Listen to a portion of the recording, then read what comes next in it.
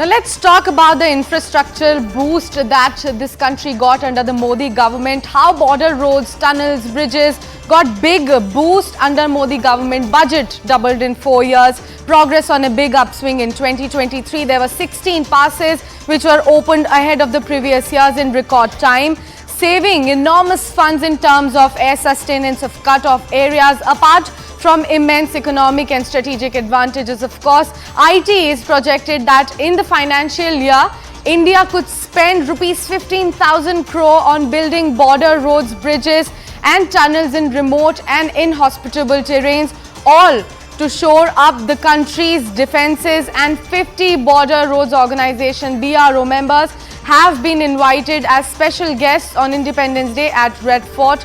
This is a significant step as the budget of the BRO stood at rupees 4,102 crore in 2013 to 2014 in the UPA tenure and rupees 7,737 crore in 2019 to 2020. Now, the Galwan clash that we are talking about in May 2020 brought India-China border issue to the forefront, and Rajnath Singh took over the Defence Ministry in 2019 and put focus on the BRO. And India this financial year is now projected to spend on border connectivity nearly double of what it spent in the year before Galwan clash. In 2023 to 2024, the budget expenditure of BRO had reached a record high of rupees 12,340 crore. So progress of the projects is on an upswing too, and as per details with News18.com, BRO has constructed 3,700 km of road as well as 266 bridges, having a total length of 17,411 meters since April 2019. To give us more details on that, I have CNN News 18's Aman Sharma joining me on the phone line. Aman, a very good morning to you. Could you give us more details about this big boost to the infrastructure that has been given to this country under Modi regime? See, Sakshi, under the UPA regime, and always the criticism had been that our border infrastructure, be it roads, be it tunnels, be it bridges, lacked when we compared it to what China had built on its side of the LAC. What the reports that we now have show that the government could spend nearly rupees 15,000 crore on building border roads, bridges, tunnels, all in remote and inhospitable terrains in the current financial year. It's also clear that the BRO's budget has jumped over 3 times from the UPA times. In 2013-14, about 4,100 crores was spent by the BRO. Last year alone, we spent about 12,340 crore, and this year it is expected to reach almost rupees 15,000 crores. The progress in roads, tunnels, bridges, everything has seen an upswing. In fact, we have seen that another big game changer, in fact, has been the rapid construction of tunnels. While only 2 tunnels were completed by the BRO before 2019, 4 tunnels have been completed in the second term of the Modi government, and 10 more tunnels are under construction. 7 more tunnels are into the planning stage. In a way, after the Galwan clash, the government seems to have really upped the ante on the border infrastructure, because it exposed also that our troops should reach the border in time in case of there is any emergency. And on that aspect, India has 16 key mountain passes, which close in the winters due to heavy snowfall. The BRO has also worked overtime to open all these 16 passes in a record time. We have seen earlier that the crucial Zojila access was open till January 6th this year, which is quite late, and was also open for traffic on March 16th in just 68 days.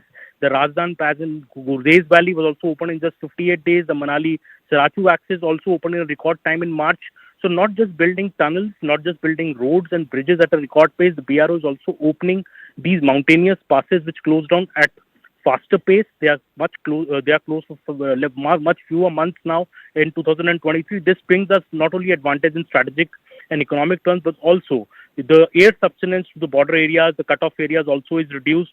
Alternate connectivity to the subsector north in Ladakh has also been activated. An advanced airfield at Nayoma is also coming out, as we had reported earlier.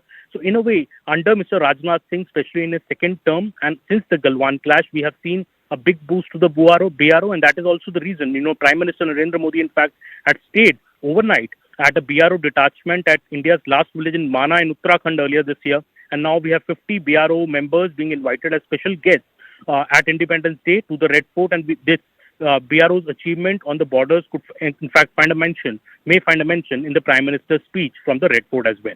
We are expecting a grand speech from Prime Minister Modi himself. Aman, since we were talking about Galwan clash earlier with Akash as well, and I mentioned Galwan clash and changes that took place after that, could you give us more details about how exactly did the scenario for our country change post the Galwan clashes?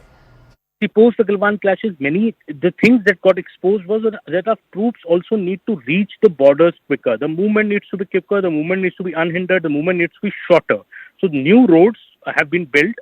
We have also heard about new roads coming around the Pangong Lake, which is also contested between India and China up till Finger 2 and Finger 3. We have a new road coming up, a Blacktop Road coming up till Finger 2 on the other side of the Pangong Lake to enable our troops to go there quicker for patrol.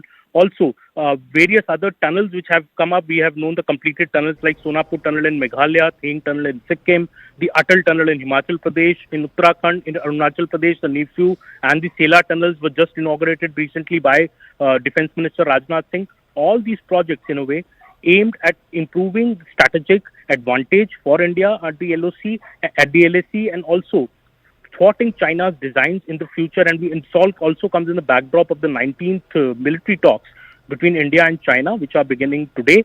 Also, India is hoping, and India has some signals that China is also now looking for a resolution towards the LAC standoff, which we have had since May 2020, when the Galwan clash had happened. China is also facing multiple challenges.